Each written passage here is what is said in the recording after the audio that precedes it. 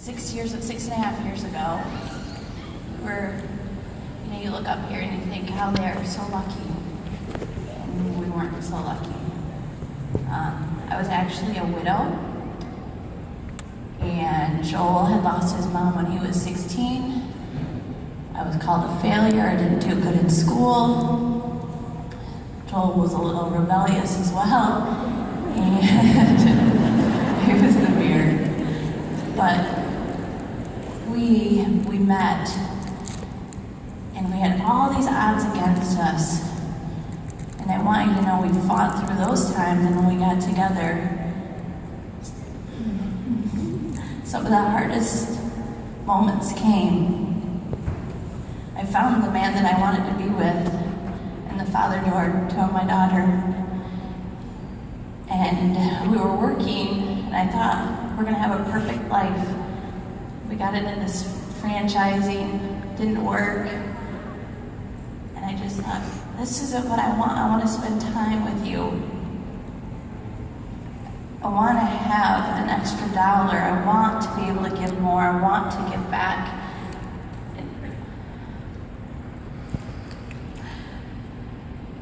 When we found it works, we were looking, it was such a dark place that we were in. We looked fine on the outside. And I just think, why me? Why use somebody that isn't a good speaker? I actually practice, I am a good speaker. But I know that you're gonna be up here too, and you needed to hear that I'm just a regular person who worked really hard, fought through all those times. Standing in that food line made me have compassion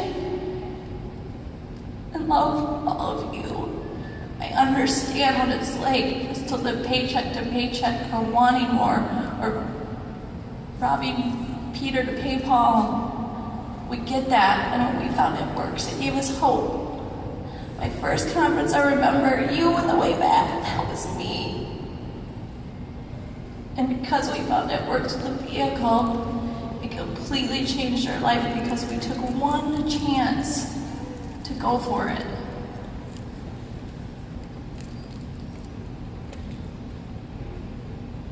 So from food lines and bankruptcy, 6 years later to Black Diamond, how do you do that?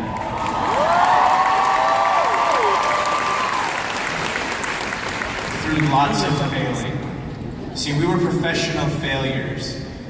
We had done everything you could possibly imagine, and we kept failing. But the biggest difference was we were failing forward. We were learning as we were failing.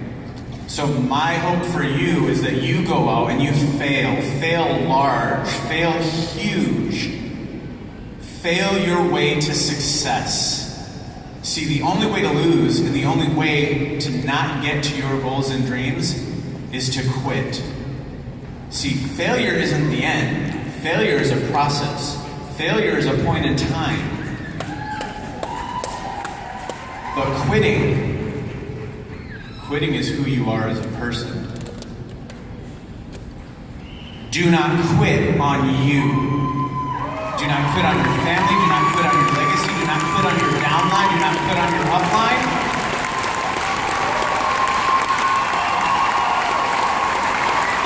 Because it is so much easier to go from failure to success than it is from quitting to success.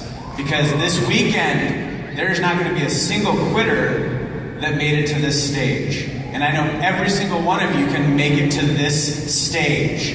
See, God designed you to live with purpose and live by design. He didn't design you to live by default. See, when you're out there, don't just say, I am just a Ruby. I am just an executive. No, you are almost diamond. You are almost double. You are almost triple. You are almost black diamond. We don't serve a God of one or the other. We serve a God of both and more. And the moment that you believe that, the moment you are black diamond.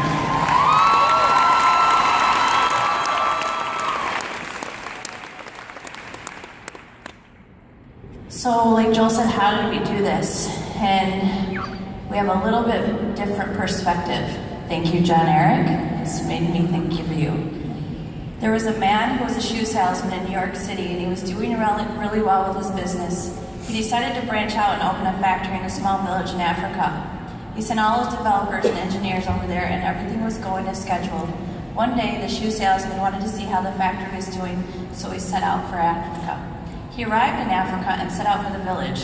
When he arrived, he noticed that nobody in the village wore shoes. Stunned, the man called back to New York and stated, "You're never going to believe this. Nobody around here wears shoes." Another man who was a shoe salesman in Los Angeles decided to branch out and open a factory in the same small village in Africa. He sent all his developers and engineers there and everything. Everything was going as scheduled. One day, the shoe salesman wanted to see how the factory's doing, so he sent out for Africa. He arrived in Africa. When he arrived, he noticed that nobody in the village wore shoes. Stunned, the man called back to Los Angeles and stated, "You're never going to believe this. Nobody around here wears shoes. Double the order." The point is that both shoe salesmen saw the same thing, that nobody was wearing shoes, but they had different reactions. One saw it as a catastrophe, and the other saw it as an opportunity. You will see the same things here at one conference, the same talks, the same panels, the same product announcements, the same promotions, the same everything.